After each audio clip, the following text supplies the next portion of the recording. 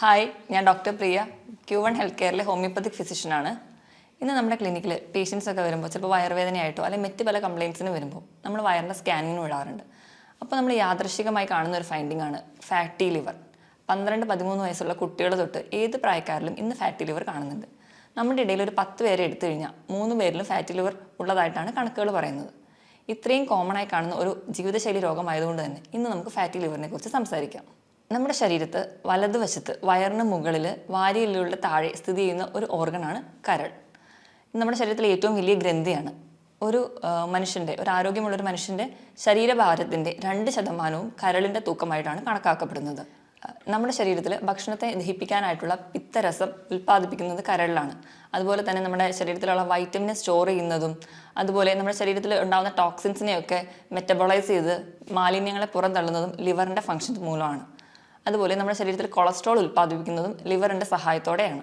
നമ്മുടെ ശരീരത്തോട് ഏറ്റവും കോപ്പറേറ്റ് ചെയ്യുന്നതും നമ്മുടെ ശരീരത്തോട് ഏറ്റവും സ്നേഹമുള്ള ഒരു ഓർഗൻ ലിവറാണ്. അതെന്തുകൊണ്ടെന്നാൽ നമ്മുടെ ലിവറിന് എന്തെങ്കിലും ചെറിയ ഇൻഫെക്ഷൻസ് ഒക്കെ വന്നു കഴിഞ്ഞാൽ നമ്മൾ ആ ഇൻഫെക്ഷൻസ് മാറ്റിയാൽ ലിവർ തന്നെ സുഖപ്പെടുത്താൻ വേണ്ടി ശ്രമിക്കും. മിക്ക രോഗങ്ങളും ലക്ഷണങ്ങളൊന്നും കൂടാതെ അത് സ്വന്തം തന്നെ ചികിത്സിക്കും. അതുപോലെ തന്നെ നമ്മുടെ ലിവർ ഒരു അസുഖം വന്ന് പകുതി മുറിച്ച് മാറ്റിയാലും അതിന് സ്വന്തം പ്രോഗ്രസ് ചെയ്ത് വർക്ക് ചെയ്യാനുള്ള ഒരു കഴിവ് ലിവറിനുണ്ട്. അതുകൊണ്ട് തന്നെയാണ് നമ്മൾ ഇന്ന് ലിവർ ട്രാൻസ്പ്ലാന്റേഷനൊക്കെ സുഖകരമായിട്ട് നടത്തുന്നത്. ഇനി നമുക്ക് വിഷയത്തിലേക്ക് വരാം. എന്താണ് ഫാറ്റി ലിവർ? നമ്മുടെ ലിവറിൻ്റെ കോശങ്ങളിൽ കൊഴുപ്പടിയുന്ന അവസ്ഥയാണ് ഫാറ്റി ലിവർ. ചെറിയ തോതിലുള്ള കൊഴുപ്പൊക്കെ അടിയുന്നത് സാധാരണമാണ്. പക്ഷെ നമ്മുടെ കരളിൻ്റെ ഭാരത്തിനേക്കാളും ഒരു 5 മുതൽ 10% കൊഴുപ്പ് അടിയുമ്പോഴാണ് നമ്മൾ ഫാറ്റി ലിവർ എന്ന കണ്ടീഷനിലോട്ട് പോകുന്നത്. ഇത് തന്നെ നമ്മൾ വേണ്ട രീതിയിലൊന്നും ശ്രദ്ധിക്കാതിരുന്നു കഴിഞ്ഞാൽ അത് ഒരു കംപ്ലീറ്റ് ലിവർ ഫെയിലിയറിലോട്ട് പോകും. ഇനി എന്തുകൊണ്ടൊക്കെയാണ് ഫാറ്റി ലിവർ ഉണ്ടാകുന്നത് നോക്കാം. ഏറ്റവും പ്രധാനപ്പെട്ട കാരണം മദ്യപാനമാണ്. ഇങ്ങനെ ഉണ്ടാകുന്ന ഫാറ്റി ലിവറെ നമ്മൾ ആൽക്കഹോളിക് ഫാറ്റി ലിവർ എന്നാണ് പറയുന്നത്. നമ്മൾ കഴിക്കുന്ന മദ്യം അത് നമ്മുടെ ലിവറിൽ എത്തുകയും അത് ആൽക്കഹോൾ നമ്മൾ അസറ്റാൽഡിഹൈഡ് എന്ന് പറയുന്ന ഒരു കോമ്പൗണ്ടായിട്ട് കൺവേർട്ട് ചെയ്യും. ഈ അസറ്റാൽഡിഹൈഡ് വിഘടിച്ച് അസറ്റേറ്റ് ആവും. ഈ അസറ്റേറ്റ് വീണ്ടും വിഘടനം സംഭവിച്ച് വാട്ടറായും കാർബൺ ഡൈ ഓക്സൈഡ് ആയിട്ടാണ് നമ്മുടെ ശരീരത്തിൽ നിന്ന് പുറന്തള്ളുന്നത്. ഇതിനിടയിൽ ഉണ്ടാകുന്ന അസറ്റാൽഡിഹൈഡ് എന്ന് പറയുന്ന ഒരു കോമ്പൗണ്ട് അതൊരു ടോക്സിക് സബ്സ്റ്റൻസ് ആണ്. അത് നമുക്ക് ക്യാൻസർ വരെയുള്ള ഉണ്ടാക്കാനുള്ള ശേഷിയുണ്ട്. ഈ കോമ്പൗണ്ട് നമ്മുടെ ലിവറിൻ്റെ കോശങ്ങളെ നശിപ്പിക്കുന്നു. അതുവഴിയാണ് നമുക്ക് ഫാറ്റി ലിവർ ഉണ്ടാവുന്നത്. രണ്ടാമതായി പറയുന്ന ഒരു ഗ്രൂപ്പ് ഓഫ് കണ്ടീഷനാണ് നോൺ ആൽക്കഹോളിക് ഫാറ്റി ലിവർ, മദ്യപാനമല്ലാത്ത മറ്റു കാരണങ്ങൾ. അതിൽ ഏറ്റവും പ്രധാനപ്പെട്ട കാരണം നമ്മുടെ അമിതമായിട്ടുള്ള ഭക്ഷണം കഴിക്കുന്നതാണ്. നമ്മുടെ ശരീരത്തിൻ്റെ ഊർജ്ജത്തിന് ആവശ്യത്തിലും കൂടുതൽ നമ്മൾ ഭക്ഷണം കഴിക്കുമ്പോൾ അത് നമ്മുടെ ശരീരത്തിൽ കൊഴുപ്പായി അടിയുന്നു. ഇത് നമുക്ക് ആദ്യം ഒക്കെ അമിതവണ്ണമായിട്ട് പ്രസൻറ്റ് ചെയ്യും. വീണ്ടും ഈ കൊഴുപ്പ് കൂടുമ്പോൾ അത് നമ്മുടെ ലിവറിലെ കോശങ്ങളിൽ കിട്ടിക്കിടന്ന് നമുക്ക് ഫാറ്റി ലിവർ ഉണ്ടാകുന്നു. അപ്പം അമിതമായി ഭക്ഷണം കഴിക്കുന്നത് ഒരു കാരണമാണ്. രണ്ടാമതായിട്ട് അമിതവണ്ണം അത് ഫാറ്റി ലിവറിന് ഒരു കാരണമാണ്. അതുപോലെ നമ്മൾ നിയന്ത്രണമല്ലാതെ പോകുന്ന BP, കൊളസ്ട്രോള്, പ്രമേഹം തുടങ്ങിയ രോഗങ്ങൾ നമുക്ക് ഫാറ്റി ലിവറിലോട്ട് എത്തിക്കാം. അതുപോലെ തന്നെയാണ് മെറ്റബോളിക് സിൻഡ്രോം. മെറ്റബോളിക് സിൻഡ്രോം എന്ന് പറയുമ്പോൾ അമിതവണ്ണവും പ്രമേഹവും ഉയർന്ന രക്തസമ്മർദ്ദവും കൊളസ്ട്രോൾ കൂടി നിൽക്കുന്ന അവസ്ഥയും കൂടി ചേരുന്ന ഒരു ഗ്രൂപ്പ് ഓഫ് കണ്ടീഷനാണ്. ഇതും നമുക്ക് ഫാറ്റി ലിവർ ഉണ്ടാക്കുന്നു. അതുപോലെ തന്നെ നമ്മൾ സ്വയം ചികിത്സിക്കുന്ന പെയിൻ കില്ലേഴ്സ് കഴിക്കുക, അതുപോലെ തന്നെ ചില സ്റ്റിറോയിഡ്സും ചില ആൻറ്റി ഡിപ്രസീവ് ഡ്രഗ്സ് കഴിക്കുന്നവരിലും ഫാറ്റി ലിവർ ഉണ്ടാകുന്നതായി കാണാം.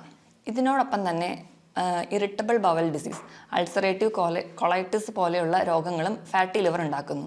അതുപോലെ നമ്മൾ അമിതവണ്ണം കുറയ്ക്കാനായിട്ട് ചെയ്യുന്ന ബീറിയാട്രിക് സർജറികൾ, അതുപോലെ പെട്ടെന്ന് വണ്ണം കുറയ്ക്കാൻ വേണ്ടി പട്ടിണി കിടക്കുന്നത് ഫാറ്റി ലിവർ ഉണ്ടാക്കുന്നു. ഇതിനോടൊക്കെ പുറമെ അണുബാധകൾ, ഹെപ്പറ്റൈറ്റിസ് A-B-C പോലെയുള്ള ഇൻഫെക്ഷൻസ്, മലേറിയ പോലെയുള്ള ഇൻഫെക്ഷൻസും ഫാറ്റി ലിവറിന് കാരണമാണ്. ഇതുപോലെ തന്നെ പാരമ്പര്യം ഒരു ഘടകമാണ്. ചില കുടുംബങ്ങളിൽ ഈ കരൾ രോഗം ഒരു പാരമ്പര്യമായിട്ടും കാണുന്നുണ്ട്. ഇനി എന്തൊക്കെയാണ് ഫാറ്റി ലിവറിൽ കാണുന്ന ലക്ഷണങ്ങൾ എന്ന് നോക്കാം. പൊതുവേ ഈ ഫാറ്റി ലിവർ പുറത്തോട്ടൊന്നും വലിയ ലക്ഷണങ്ങൾ കാണിക്കാറില്ല. നമ്മൾ മറ്റ് പല ആവശ്യങ്ങൾക്ക് വേണ്ടി ഒരു ബോഡി സ്കാനൊക്കെ ചെയ്യുമ്പോൾ അതിൽ യാദൃശ്ചികമായിട്ടാണ് ഫാറ്റി ലിവർ കാണാറ്. എന്നാലും ചിരലിൽ കാണുന്ന സിംറ്റംസ് എന്തൊക്കെയാണെന്ന് നോക്കാം. ഒന്നാമതായിട്ട് മഞ്ഞപ്പിത്തം. നമുക്കറിയാം നമ്മുടെ കരളിലാണ് ബിലിറൂബിൻ്റെ മെറ്റബോളിസം നടക്കുന്നത്. ഇത് നടക്കാതെ വരുമ്പോൾ ഇത് നമ്മുടെ സ്കിന്നിനടിയിൽ അടിയുന്നു. ഇതാണ് നമുക്ക് മഞ്ഞപ്പിത്തം ഉണ്ടാകാനുള്ള കാരണം. രണ്ടാമത്തെ ഒരു ഫീച്ചറാണ് വയറ് വീർത്ത് വരിക. അതുപോലെ വയറ് ഉന്തി വരുന്നത്. ഒരു 90% വയറ് ചാടി വരലും ഫാറ്റി ലിവർ ഉള്ളതായിട്ടാണ് കാണുന്നത്. മൂന്നാമത്തെ ഫീച്ചറാണ് വയറുവേദന. അത് ഒരുപാട് പേർക്കും വയറുവേദനയായിട്ടായിരിക്കില്ല, പക്ഷേ ആ ലിവറിൻ്റെ ഭാഗത്ത് ഒരു ഡിസ്കംഫർട്ട്, ഒരു അസ്വസ്ഥതയായിട്ട് കാണാം. നാലാമതായിട്ട് കാണുന്ന ഒരു ഫീച്ചറാണ് രക്തം കട്ട പിടിക്കാതെ പോവുക. ഇപ്പം മൂക്കിൽ നിന്നൊക്കെ ചെറിയ രക്തക്കൊള്ളുകൾ പൊട്ടി അത് ഒലിക്കുന്നതായിട്ട് കാണാം. ഇതിന് കാരണം എന്താണെന്ന് വെച്ച് കഴിഞ്ഞാൽ നമ്മുടെ ലിവറിൽ ആണ് നമ്മുടെ രക്തം കട്ട പിടിക്കാനായിട്ടുള്ള പ്രോട്ടീനുകൾ ഉണ്ടാകുന്നത്. അപ്പോൾ നമുക്ക് ഫാറ്റി ലിവറൊക്കെ വന്ന് ലിവർ കോശങ്ങൾ നശിക്കുന്നത് വഴി ഈ പ്രോട്ടീൻ്റെ ഉൽപ്പാദനം നടക്കാതെ വരുന്നു. ഇത് കാരണം നമുക്ക് ചെറിയ ബ്ലീഡിംഗ് ഒക്കെ കാണിക്കാം. അതുപോലെ തന്നെ വിശപ്പില്ലായ്മ അല്ലെങ്കിൽ ഭക്ഷണം കാണുമ്പോൾ ഓക്കാനം ഛർദിലൊക്കെ വരിക, അതുപോലെ ഭയങ്കര ക്ഷീണം, കിതപ്പ്, ഇതൊക്കെ നമുക്ക് ഫാറ്റി ലിവറിലുള്ളവരിൽ കാണാറുണ്ട്. ഇനി നമുക്ക് ഫാറ്റി ലിവറിനെ എങ്ങനെയൊക്കെ ഗ്രേഡ് ചെയ്യാമെന്ന് നോക്കാം. അതിൽ ഫസ്റ്റ് ടൈപ്പാണ് മൈൽഡ് ടൈപ്പ്. മൈൽഡ് ടൈപ്പ് എന്ന് പറയുമ്പോൾ അന്നജത്തിൻ്റെ അളവ് കൂടുതലായി കഴിക്കുന്നതുകൊണ്ടും വ്യായാമക്കുറവ് മൂലം ഉണ്ടാകുന്നതാണ്. ഗ്രേഡ് 1 എന്ന് പറയുമ്പോൾ 8% കൊഴുപ്പടിയുമ്പോഴാണ് ഗ്രേഡ് 1 എന്ന് പറയുന്നത്.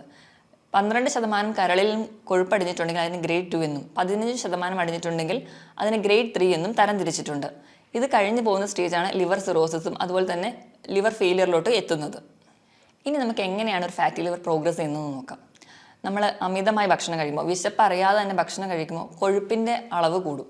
ഈ കൊഴുപ്പ് നമ്മുടെ കരളിൻ്റെ കോശങ്ങളിൽ അടിയാൻ തുടങ്ങും. ഈ ഒരു സ്റ്റേജിന് നമ്മൾ ഫാറ്റി ലിവർ, അതാണ് ഫസ്റ്റ് സ്റ്റേജ്, ഫാറ്റി ലിവർ എന്ന് പറയും. ഈ ഫാറ്റി ലിവർ കാരണം കോശങ്ങളിൽ നീർക്കെട്ടുകൾ ഉണ്ടാകുന്നു. ഈ കൊഴുപ്പടിയുന്നതിൻ്റെ ഭാഗമായിട്ട് നീർക്കെട്ടുകൾ ഉണ്ടാകുന്നു. ഈ നീർക്കെട്ടുകൾ കരളിൻ്റെ കോശങ്ങൾക്ക് ഫൈബ്രോസിസ് അല്ലെങ്കിൽ സ്കാറിങ് ഫോം ചെയ്യും. നമ്മൾ മുറിവൊക്കെ ഉണങ്ങുമ്പോൾ കാണുന്ന ആ ഒരു സ്കാർ നമ്മുടെ ലിവറിൻ്റെ കോശങ്ങളിലുണ്ടാവും. ഈ സ്കാറിങ് കട്ടി കൂടി വരുന്നതിൻ്റെ ഭാഗമായിട്ട് ഉണ്ടാവുന്ന ഒരു സ്റ്റേജാണ് നോൺ ഹെപ്പാറ്റിക് സ്റ്റീറ്റോസിസ്. ഇതാണ് രണ്ടാമത്തെ സ്റ്റേജ്. ഈ ഒരു സ്റ്റേജ് എത്തുമ്പോഴത്തേക്കും നമ്മുടെ ലിവർ എൻസൈംസ് ഒക്കെ കൂടുതലായിട്ട് നിൽക്കും. ഈ ഫാറ്റി ലിവറിൻ്റെ സ്റ്റേജിലും ഈ സെക്കൻഡ് സ്റ്റേജിലും നമുക്ക് ലിവറിനെ പഴയ പോലെ തിരിച്ചെത്തിക്കാൻ പറ്റും. ഇനി ഈ ഒരു സ്റ്റേജ് പ്രോഗ്രസ് ചെയ്യുമ്പോൾ നമ്മുടെ നോർമലായിട്ടുള്ള ലിവർ കോശങ്ങൾക്കൊക്കെ അതിൻ്റെ പ്രഷർ കൂടുന്നതിൻ്റെ ഭാഗമായിട്ട് നോർമൽ ഫങ്ഷനിങ് ഒന്നും ചെയ്യാൻ പറ്റാതാവും. അങ്ങനെ കരളിൻ്റെ മൊത്തം പാരൻകൈമയ്ക്ക് ഒരു ഫൈബ്രോസ്ഡ് സ്റ്റേജിലോട്ട് പോകും. അതാണ് മൂന്നാമത്തെ സ്റ്റേജ്, ഫൈബ്രോസ്ഡ് സ്റ്റേജ്. ഇത് കഴിഞ്ഞ് ഈ ഫൈബ്രോസിസ് വീണ്ടും തുടരുന്ന വഴി നമുക്ക് കംപ്ലീറ്റ് ആയിട്ടുള്ള ലിവർ ചുരുങ്ങി ഒരു റബ്ബർ പോലെ ഒരു ഉപയോഗമില്ലാത്ത ഒരു അവയവമായിട്ട് മാറും. ഈ ഒരു സ്റ്റേജിനെയാണ് നമ്മൾ ലിവർ സിറോസിസ് എന്ന് പറയുന്നത്. ഇങ്ങനെ 4 സ്റ്റേജായിട്ട് ലിവർ പ്രോഗ്രസ് ചെയ്ത് അവസാനം ഒരു ലിവർ ക്യാൻസറിലോട്ടും കംപ്ലീറ്റ് ലിവർ ഫെയിലിയറിലോട്ടാണ് പോകുന്നത്.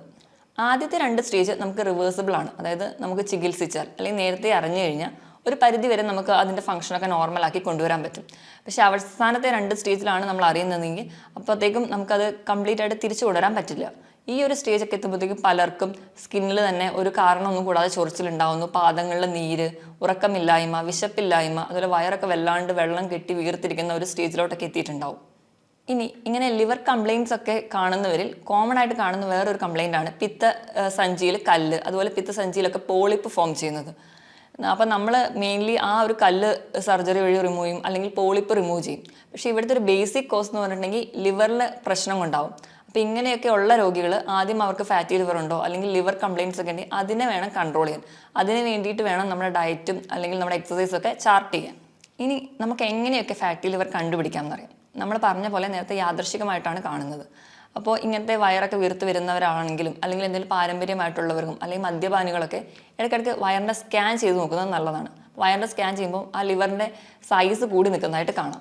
രണ്ടാമതായിട്ട് നമുക്ക് ലിവർ ഫംഗ്ഷൻ ടെസ്റ്റ് ചെയ്യാം. അപ്പം നമുക്കൊരു ഹെപ്പാറ്റിക് സ്റ്റേജിലൊക്കെയാണ് നിൽക്കുന്നതെങ്കിൽ ലിവർ എൻസൈംസ് ആയിട്ടുള്ള SGOT, SGPT-ൻ്റെയൊക്കെ വാല്യൂ കൂടുതലായിട്ട് നിൽക്കുന്നത് കാണാം. മൂന്നാമതായിട്ട് നമുക്ക് എന്തെങ്കിലും എൻഡോസ്കോപ്പികൾ ചെയ്യാം. എൻഡോസ്കോപ്പി ചെയ്യുന്നത് വഴി നമുക്ക് വേറെ എന്തെങ്കിലും കോംപ്ലിക്കേഷൻസിലോട്ട് ഈ ഫാറ്റി ലിവർ എത്തിയോ എന്നറിയാം. ഈ ഫാറ്റി ലിവർ ആണ് എന്ന് ഉറപ്പിക്കാൻ വേണ്ടി നമ്മൾ ചെയ്യുന്നതാണ് ബയോപ്സി. പക്ഷേ ബയോപ്സി എപ്പോഴും നമ്മൾ ചെയ്യാറില്ല. വേറെ ഒരു കോംപ്ലിക്കേഷൻസ് ഒക്കെ എന്തെങ്കിലും ഉണ്ടെങ്കിലോ അല്ലെങ്കിൽ വേറെ ഒരു കണ്ടീഷൻ സസ്പെക്ട് ചെയ്യുന്ന ഒരു കേസിൽ മാത്രമേ നമ്മൾ ബയോപ്സിക്ക് വിടാറുള്ളൂ. അല്ലെങ്കിൽ ബയോപ്സി കൊണ്ട് ഒരുപാട് പാർശ്വഫലങ്ങൾ ഉണ്ടാകുന്നത് കൊണ്ടാണ് കോമൺ ആയിട്ട് അങ്ങ് ബയോപ്സി ചെയ്യാത്തത്. ഇനി നമുക്ക് എങ്ങനെയൊക്കെയാണ് ഫാറ്റി ലിവറിനെ മാനേജ് ചെയ്യാൻ നോക്കാം. പൊതുവേ നമ്മൾ ഇന്ത്യക്കാർക്ക് ഈ ലിവറിൻ്റെ ആരോഗ്യം കുറച്ച് കുറവാണ്. അതോടൊപ്പം തന്നെ തെറ്റായ ഭക്ഷണ രീതിയും ചിട്ടയില്ലാത്ത ജീവിതശൈലിയാണ് നമുക്ക് ഇങ്ങനെ ഫാറ്റി ലിവർ അല്ലെങ്കിൽ മറ്റ് ലിവർ രോഗങ്ങളോ ഉണ്ടാക്കുന്നത്. അപ്പോൾ നമുക്ക് ആദ്യം തന്നെ നമ്മുടെ ജീവിതശൈലിയിലാണ് മാറ്റം വരുത്തേണ്ടത്. അപ്പോൾ ഒന്നാമതായിട്ട് ഇപ്പം നമുക്ക് ഫാറ്റി ലിവർ ഉണ്ട് എന്ന് അറിഞ്ഞു കഴിഞ്ഞാൽ നമ്മൾ സ്വയം ചികിത്സിക്കാൻ ഇരിക്കുകയാണ് ചെയ്യേണ്ടത്. നമ്മൾ എത്രയും പെട്ടെന്ന് ഒരു ഫിസിഷ്യനെ കാണുക. അപ്പം അവർ പറയുന്ന രീതിയിൽ നമ്മുടെ ഫുഡും അല്ലെങ്കിൽ നമ്മുടെ വ്യായാമമൊക്കെ ചിട്ടയാക്കുക. അതുവഴി നമുക്കൊരു പരിധി വരെ ഈ ലിവർ കംപ്ലയിൻറ്റ്സ് ഒക്കെ പ്രോഗ്രസ് ചെയ്യുന്നത് തടയാൻ പറ്റും. രണ്ടാമതായിട്ട് നമ്മൾ ആവശ്യമില്ലാതെ മരുന്ന് കഴിക്കുക. അപ്പോൾ എന്തെങ്കിലും ചെറിയ പെയിനൊക്കെ വരുമ്പോഴും നമ്മൾ ഡോക്ടറെ ഒന്നും കാണാതെ സ്വന്തമായിട്ട് പെയിൻ കില്ലേഴ്സ് കഴിക്കുന്നവരിൽ ലിവർ കംപ്ലയിൻറ്റ്സ് കൂടുതലായിട്ട് നിൽക്കുന്നത് കാണാം. അതുപോലെ തന്നെ സ്റ്റിറോയിഡ്സും അതുപോലെ ചില സൈക്യാട്രിക് ഡ്രഗ്സും ചില ഹാർട്ട് കംപ്ലയിൻറ്റ്സിന് കഴിക്കുന്ന മെഡിസിൻസ് ഒക്കെ കഴിക്കുന്നവർക്ക് ഫാറ്റി ലിവറിനുള്ള ചാൻസ് കൂടുതലാണ്. അപ്പോൾ ഇങ്ങനെയുള്ളവർ ഇങ്ങനെ മെഡിസിനൊക്കെ കഴിക്കുന്നവരാണെങ്കിൽ ഇടയ്ക്കിടയ്ക്ക് LFT ചെക്ക് ചെയ്യുന്നത് വഴി നമുക്ക് ഇങ്ങനെ ഫാറ്റി ലിവർ ഉണ്ടോ അല്ലെങ്കിൽ അത് പ്രോഗ്രസ് ചെയ്യുന്നോ എന്നൊക്കെ അറിയാൻ പറ്റും. ഇനി മൂന്നാമതായിട്ട് ഇപ്പം ഡയബറ്റീസ് ഉള്ളവരും അതുപോലെ കൊളസ്ട്രോൾ ഒക്കെ ഉള്ളവരാണെങ്കിൽ മാക്സിമം അത് കൺട്രോൾ ചെയ്യാൻ നോക്കുക.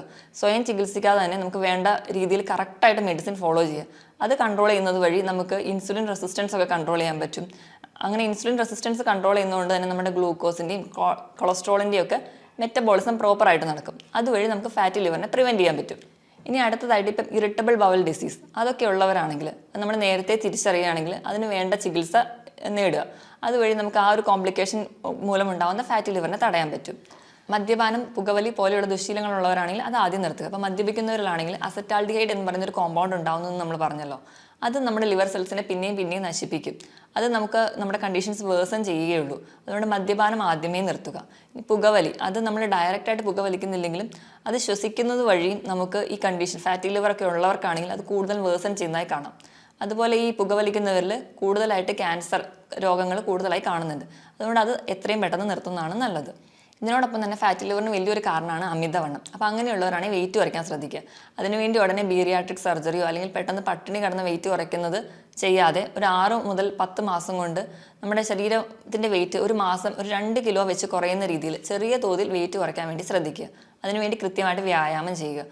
ആഴ്ചയിൽ ഒരു 5 ദിവസമെങ്കിലും ദിവസവും ഒരു 45 മിനിറ്റ് മുതൽ ഒരു 1 മണിക്കൂർ വരെ കൃത്യമായിട്ട് വ്യായാമം ചെയ്യുക. ഏറ്റവും നല്ല എക്സസൈസ് എന്ന് പറയുന്നത് സൈക്ലിംഗ്, അതുപോലെ സ്വിമ്മിംഗ് ഒക്കെയാണ്. അതുപോലെ തന്നെ നമ്മൾ സ്പീഡിൽ കൈ വീശി നടക്കുക, നമ്മുടെ ഹാർട്ട് റേറ്റ് കൂടുന്ന തരത്തിലുള്ള എക്സസൈസുകളും നല്ലതാണ്. ഇങ്ങനെ നമുക്ക് അണുബാധകളും നമുക്ക് ഫാറ്റി ലിവർ ഉണ്ടാക്കും. അപ്പോൾ ഇത് തടയാൻ വേണ്ടിയിട്ട് നമ്മൾ സ്വയം സുരക്ഷിതരാണെന്ന് ഉറപ്പുവരുത്തണം. അതിനായിട്ട് നമ്മൾ ഷേവിങ് സെറ്റ്, അതുപോലെ സിറിഞ്ച്, ബ്ലേഡ് ഇതൊക്കെ ഷെയർ ചെയ്യാതിരിക്കുക. അതുപോലെ ടാറ്റു ഒക്കെ എടുക്കുന്നവരാണെങ്കിൽ അത് ശ്രദ്ധിക്കുക. അതുപോലെ സെക്ഷലി ട്രാൻസ്മിറ്റഡ് ആയിട്ടുള്ള ഡിസീസസ് വരാതിരിക്കാൻ വേണ്ടിയിട്ട് നമ്മൾ ലൈംഗിക ബന്ധം സുരക്ഷിതമാണെന്ന് ഉറപ്പുവരുത്തണം. അതിന് വേണ്ടിയിട്ട് നമ്മൾ ഹെപ്പറ്റൈറ്റിസ് ബി വാക്സിനേഷൻ എടുക്കുന്നത് നല്ലതാണ്. ഇതുവഴി നമുക്ക് ഫാറ്റി ലിവർ പോലെ ഉണ്ടാകുന്ന രോഗങ്ങളെ തടയാൻ പറ്റും. ഇതോടൊപ്പം തന്നെ ഒരു 2 ലിറ്ററോളം വെള്ളം ദിവസവും കുടിക്കാൻ വേണ്ടി നമ്മൾ ശ്രദ്ധിക്കണം. ഇനി നമുക്ക് ഭക്ഷണത്തിലൂടെ എങ്ങനെ നമുക്ക് ഫാറ്റി ലിവർ മാനേജ് ചെയ്യാൻ നോക്കാം. ആദ്യം എന്തൊക്കെ ഭക്ഷണം നമ്മൾ അവോയ്ഡ് ചെയ്യണമെന്ന് നോക്കണം. പ്രധാനമായിട്ടും നമ്മൾ ഭക്ഷണത്തിൽ കുറയ്ക്കേണ്ടത് കാർബോഹൈഡ്രേറ്റ്, അന്നജത്തിൻ്റെ അളവ് കുറയ്ക്കുക. അതുപോലെ മധുരം, ഉപ്പ് പൂർണ്ണമായും കുറയ്ക്കാൻ ശ്രദ്ധിക്കുക. അതുപോലെ തന്നെ പ്രോസസ്ഡ് ഫുഡുകൾ, മൈദ അടങ്ങിയതും അതുപോലെ പിസ്സ പോലെയുള്ള ഫാസ്റ്റ് ഫുഡുകൾ, അതുപോലെ റിഫൈൻഡ് ആയിട്ടുള്ള ഭക്ഷണങ്ങൾ, അതുപോലെ എണ്ണയിൽ വറുത്തതും പൊരിച്ചതുമായിട്ടുള്ള ഭക്ഷണങ്ങൾ പൂർണ്ണമായും ഒഴിവാക്കാൻ വേണ്ടി ശ്രദ്ധിക്കുക. ഇപ്പം നമ്മൾ പാല് കുടിക്കുന്നവരൊക്കെ ആണെങ്കിൽ പാലിൻ്റെ പാട മാറ്റിയിട്ട് വേണം കഴിക്കാൻ. അതുപോലെ തൈര് ഉപയോഗിക്കുമ്പോൾ വെണ്ണ മാറ്റിയിട്ട് പച്ചമോരായിട്ട് ഉപയോഗിക്കാൻ വേണ്ടി ശ്രദ്ധിക്കുക. അതുപോലെ റെഡ് മീറ്റ് പൂർണ്ണമായിട്ട് ഒഴിവാക്കുക. റെഡ് മീറ്റ് എന്ന് പറയുമ്പോൾ ബീഫ്, അതുപോലെ പോർക്ക് പോലെയുള്ള ഇറച്ചികൾ പൂർണ്ണമായും ഒഴിവാക്കുക. ഇനി നമുക്ക് എന്തൊക്കെ കഴിക്കാമെന്ന് നോക്കാം. മെയിൻലി നമ്മൾ കഴിക്കാൻ ഏറ്റവും നല്ലതെന്ന് പറഞ്ഞാൽ വെജിറ്റബിൾസും ഫ്രൂട്ട്സും കൂടുതലായിട്ട് കഴിക്കുക. അപ്പോൾ നമ്മുടെ ശരീരത്തിൽ വേണ്ട ഫൈബേഴ്സൊക്കെ കൂടുതലായിട്ട് ചെല്ലും. അപ്പോൾ നമ്മുടെ ദഹനമൊക്കെ പ്രോപ്പറായിട്ട് നടക്കാനും സഹായിക്കും. അതുപോലെ തന്നെ നമ്മൾ പ്രധാനമായും പറയുന്ന 3 ഭക്ഷണങ്ങൾ എന്ന് പറയുന്നത് ഒന്ന് കോഫിയാണ്. കോഫി, അതിലെ ബ്ലാക്ക് കോഫിയാണ്. പാലൊന്നും ഉപയോഗിക്കാതെ മധുരം കുറച്ച് കഴിക്കുന്ന കോഫി ലിവർ ഡിസീസിന് നല്ലതാണ്. രണ്ടാമതായിട്ട് വൈറ്റമിൻ സി മെയിൻലി നാരങ്ങ, ഓറഞ്ച് മുതലായ ഫ്രൂട്ട്സ്. വൈറ്റമിൻ ഇ സപ്ലിമേഷൻ നല്ലതാണ്. അതിനുവേണ്ടി നമുക്ക് വാൽനട്ട്, കാഷ്യൂ ഒക്കെ കൂടുതലായിട്ടും കഴിക്കാം. ഇതുപോലെ തന്നെ കൂടുതലും ഇലക്കറികൾ ലിവറിന് വളരെ നല്ലതാണ്. ഇലക്കറികൾ തന്നെ നമുക്ക് സുലഭമായി കിട്ടുന്ന ചീര, മുരിങ്ങയില, അതുപോലെ കറിവേപ്പില ഇതൊക്കെ നല്ലതാണ്. അതുപോലെ തന്നെ ലിവറിന് ഏറ്റവും നല്ലതാണ് cruciferous vegetables, cabbage, cauliflower, broccoli തുടങ്ങിയ പച്ചക്കറികളും വളരെ നല്ലതാണ്. അതുപോലെ നമ്മളെപ്പോഴും ഉപയോഗിക്കുമ്പം റിഫൈൻഡ് ഓയിൽ ഉപയോഗിക്കാതിരിക്കുക. റിഫൈൻഡ് ഓയിൽ എന്ന് പറയുമ്പോൾ പാം ഓയിലും സൺഫ്ലവർ ഓയിലൊക്കെ. അൺറിഫൈൻഡ് ആയിട്ടുള്ള ഓയിലുകൾ, നമ്മുടെ വെളിച്ചെണ്ണ, അതുപോലെ ഒലിവ് ഓയിലൊക്കെ കൂടുതലായിട്ട് ഉപയോഗിക്കാൻ ശ്രദ്ധിക്കുക. അതുപോലെ നമ്മൾ കൊഴുപ്പ് കഴിക്കുമ്പോൾ നമ്മുടെ അയല, മത്തി, ചൂര പോലെയുള്ള മീനുകളിലെ പോളി അൺസാച്ചുറേറ്റഡ് ആയിട്ടുള്ള ഫാറ്റ് അടങ്ങിയ ഭക്ഷണങ്ങൾ കഴിക്കാൻ കൂടുതലായിട്ട് ശ്രദ്ധിക്കുക. ഇങ്ങനെയൊക്കെ ചിട്ടയായ ഭക്ഷണ രീതിയിലൂടെയും കൃത്യമായ വ്യായാമത്തിലൂടെയും നമുക്ക് ലിവറിൻ്റെ ആരോഗ്യം മെച്ചപ്പെടുത്താവുന്നതേ ഉള്ളൂ. ഇതോടൊപ്പം തന്നെ തുടക്കത്തിലൊക്കെ അറിയുകയാണെങ്കിൽ ഹോമിയോപ്പതിയിൽ ഫലപ്രദമായ ചികിത്സയും ലഭ്യമാണ്. മറ്റൊരു ഹെൽത്ത് ടോപ്പിക്കുമായിട്ട് വീണ്ടും കാണുന്നത് വരെ നന്ദി.